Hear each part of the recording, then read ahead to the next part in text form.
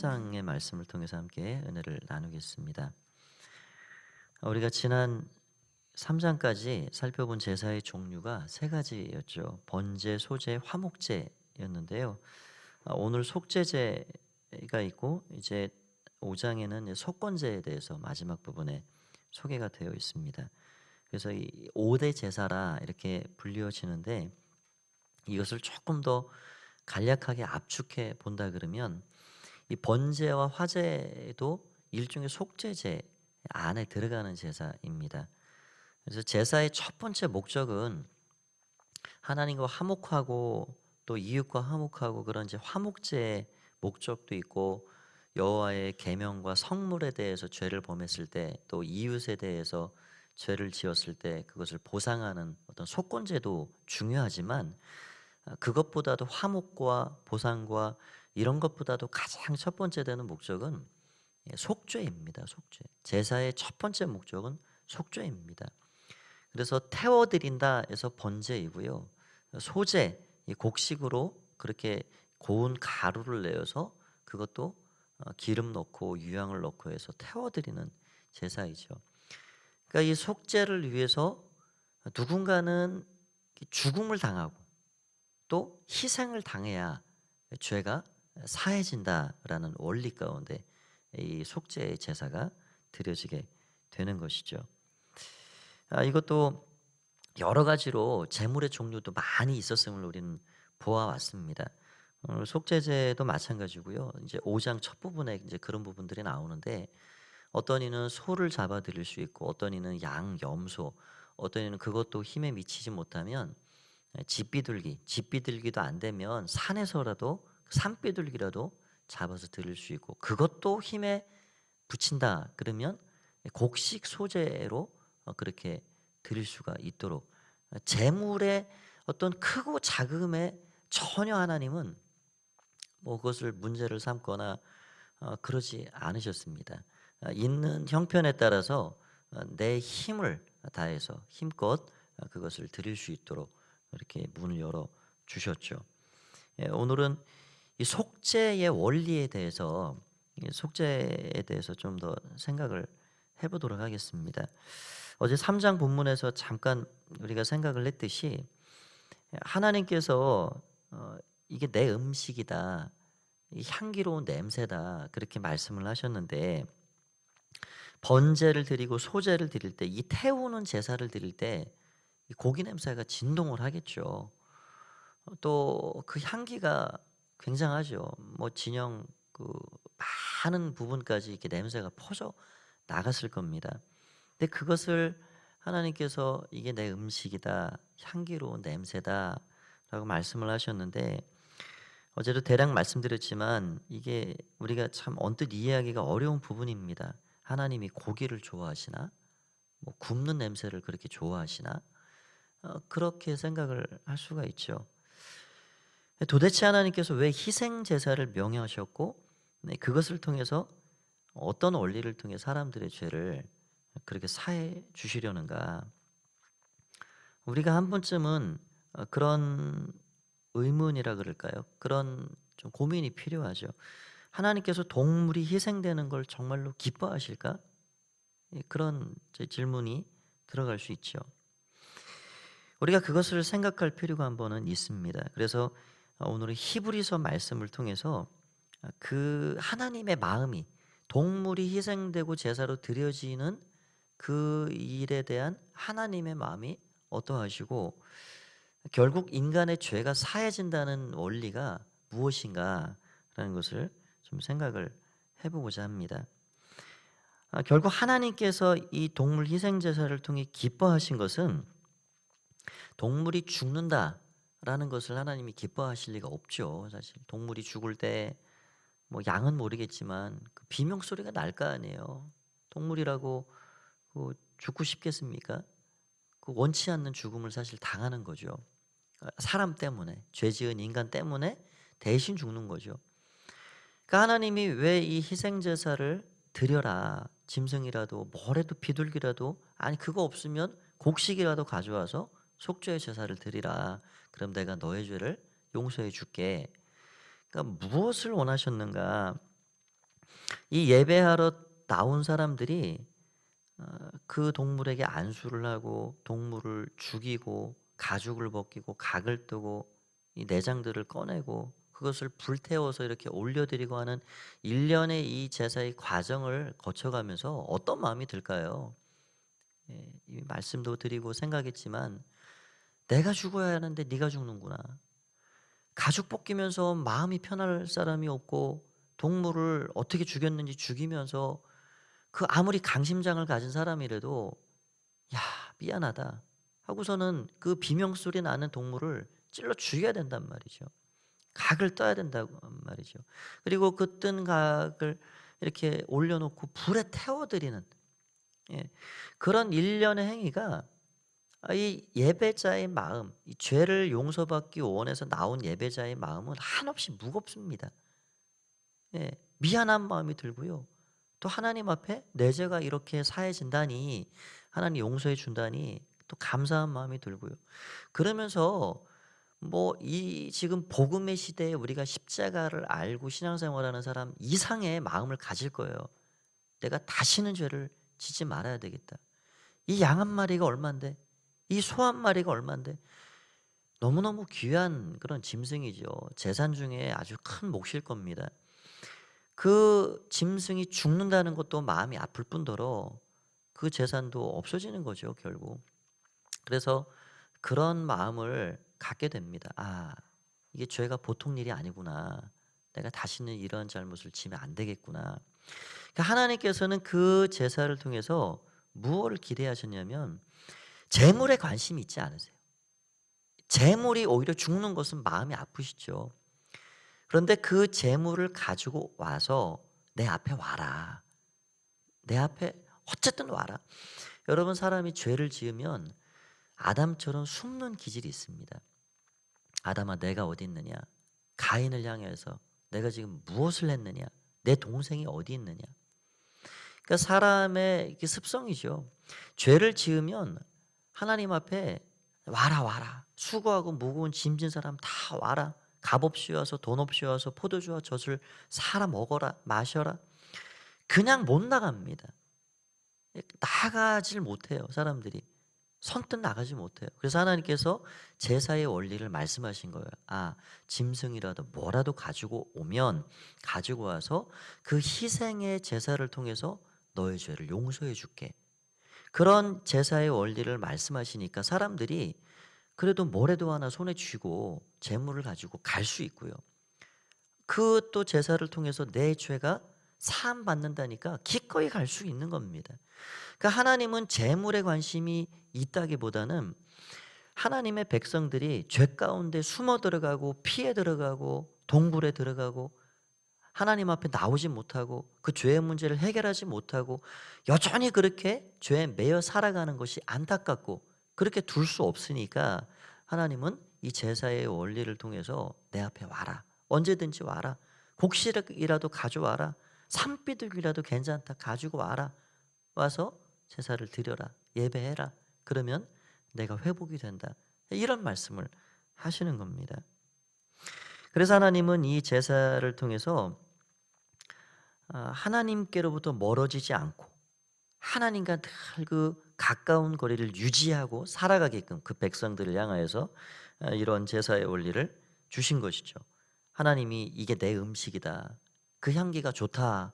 그러면서 고기를 드시는 것도 아니고 냄새를 좋아하시는 것도 아니라는 것을 우리는 알게 됩니다. 그래서 우리는 이 구약의 제사를 조금 더 그 실체를 명확히 볼 수 있어야 하는데, 이 구약의 이런 제사를 예수님께서 오셔서 이 복음의 어떤 이 선포가 이루어졌고 그래서 새로운 실체가 드러났죠. 그래서 이런 제사를 어떻게 이해를 하고 있는가, 히브리서를 보면 그것을 아주 명확하게 볼 수 있습니다. 우리가 요런 본문을 볼 때 좀 그런 것들을 좀 확인을 해야 되는데요. 한번 히브리서를 한번 건너가 보겠습니다. 그 신약성경 마지막 부분에 있는데요. 10장을 한번 볼까요? 히브리서 10장. 히브리서 10장 362 페이지에 있습니다. 10장 1절부터 제가 한번 읽어 보겠습니다. 히브리서 이 성경을 쓴 이 저자는 기자는 이 구약의 제사와 예수님의 이 희생의 원리를 너무 명확하게 명쾌하게 우리에게 뭐 다른 여지가 없습니다. 명쾌하게 우리에게 말씀해 주고 있습니다. 이 1절에 보면 이렇게 되어 있죠. 율법은 장차 올 좋은 일의 그림자일 뿐이요 참 영상이 아니므로 해마다 늘 드리는 같은 제사로는 나아오는 자들을 언제나 온전하게 할 수 없느니라. 그 제사를 가지고는 사람을 온전하게 세울 수는 없다. 먼저 단정을 짓죠. 2절 그렇지 아니하며 섬기는 자들이 단번에 정결하게 되어 다시 죄를 깨닫는 일이 없으리니 어찌 제사 드리는 일 그치지 아니하였으리요. 그 한 번의 제사를 통해 죄를 완전히 해결받을 수 있으면 왜 제사를 또 드리고 또 드리고 할 필요가 있습니까? 그렇지 않다는 거죠. 그러니까 불완전하다. 3절 그러나 이 제사들에는 해마다 죄를 기억하게 하는 것이 있나니 4절 중요한 부분입니다. 이는 황소와 염소의 피가 능히 죄를 없이 하지 못함이라. 완전히 단정을 짓습니다. 황소의 피나 양의 피나 염소의 피가 인간들의 죄를 사해 주는 것이 아니다. 그럼 뭐냐? 하나님이 용서해 주고 속죄하신다 하셨는데 구약의 성도나 신약의 성도나 죄를 완전하게 해결을 받는 길은 예수 그리스도의 피밖에 없습니다. 이건 무슨 원리냐면 구약 시대의 제사를 통해서 죄를 용서받았다 하는 것은 어떤 법률적인 용어로 따지면 집행유예와 같은 원리입니다. 형 집행을 계속해서 유예시키는 거예요. 그 죄를 간수한 바 되게 하셔서 그 죄를 한꺼번에 예수님께서 골고다에서 피를 흘리실 때 그 죄를 완전하게 도말해 가시는 겁니다. 이게 신비한 원리죠. 예. 그러니까 이 염소의 피, 황소의 피, 이런 양의 피로 사람의 죄를 완전하게 해결할 수 없다. 그거는 불완전한 제사이다.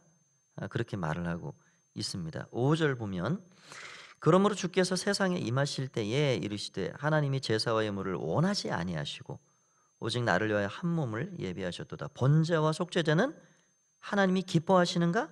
아닙니다. 기뻐하지 아니하시나니 이에 내가 말하기를 하나님이여 보시옵소서 두루마리 책에 나를 가리켜 기록된 것과 같이 하나님의 뜻을 행하러 왔나이다 하셨느니라. 8절 보면 이렇게 되어 있습니다.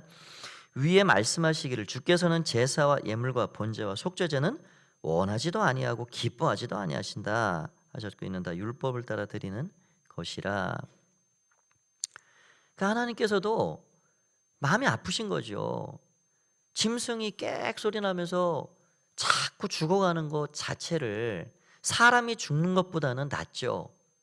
사람이 죄 때문에 죽어야 되는데 사람이 죽는 것보다는 낫지만 그러나 짐승이 자꾸 죽어가는 것 자체를 하나님이 기뻐하시지 않는다는 거예요.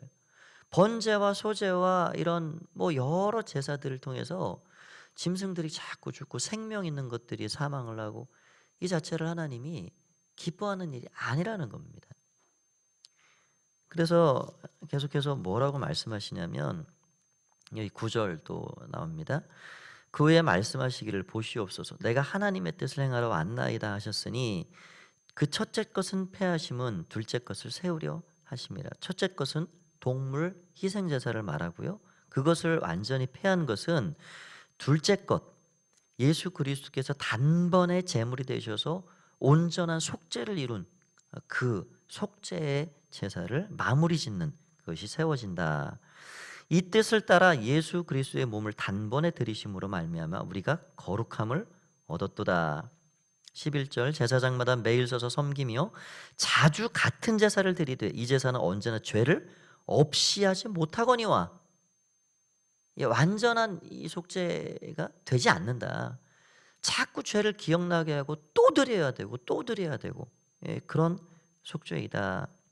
오직 그리스도는 죄를 위하여 한 영원한 제사를 드리시고 하나님 우편에 앉으사 그 후에 자기 원수들을 자기 발등상이 되게 하실 때까지 기다리시나니 그가 거룩하게 된 자들을 한 번의 제사로 영원히 온전하게 하셨느니라. 18절에 그렇게 되어 있습니다. 자, 같이 읽어볼까요? 18절 시작. 이것들을 사하셨은즉 다시 죄를 위하여 제사 드릴 것이 없느니라.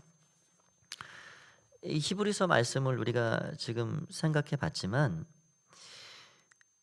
해답은 오직 결론은 예수 그리스도의 피입니다. 그러니까 예수님을 알지도 못하고 그 수백 년 전에 1000년 이상 그 1500년 전에 살던 이 구약의 성도들이 어떻게 죄를 사함 받았는가? 그러니까 하나님은 이 동물의 희생제사, 불안한 제사지만 그 동물의 희생을 통해서 내가 용서해 준다라고 말씀하시면서 내게 와라. 나한테 와라. 죄 짓고 숨어 들어가지 말고 나한테 와라. 언제든지 와라. 그래서 동물의 희생을 통해서 하나님을 멀리 떠나지 않고 가까이 머물러 하나님과의 관계를 유지하고 그 죄를 계속해서 유보시키는 겁니다. 유보. 예, 죄를 사하죠. 사하시는데 완전한 사함이라기보다는 죄를 간수하신 바 되었다가 예수 그리스도께서 십자가에서 피를 흘리실 때 완전히 그 죄를 도말하시는, 없애시는 그런 일들을 행하신다라는 것을 알게 됩니다.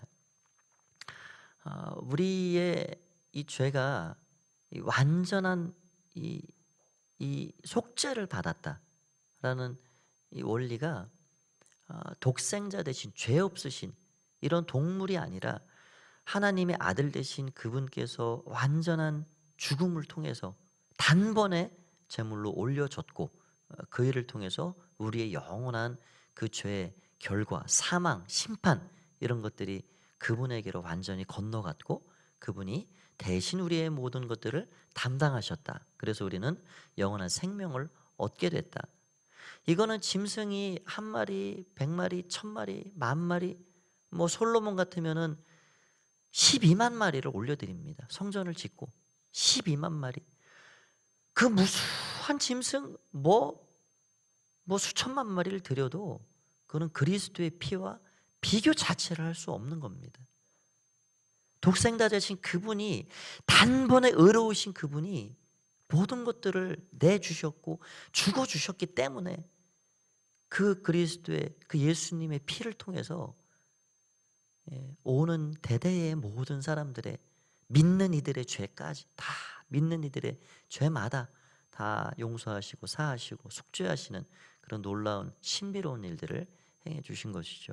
그래서 예수님께서 우리 위해서 행해 주신 그 대속의 은혜가 얼마나 값지고 얼마나 귀한가 늘 기억하고 이 제사의 원리가 그런 거라는 사실을 다시 한번 이렇게 우리가 새겼으면 좋겠습니다.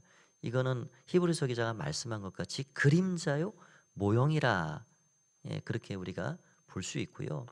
이 제사를 하나님이 왜 주셨는가? 하나님의 진정한 뜻이 무엇인가?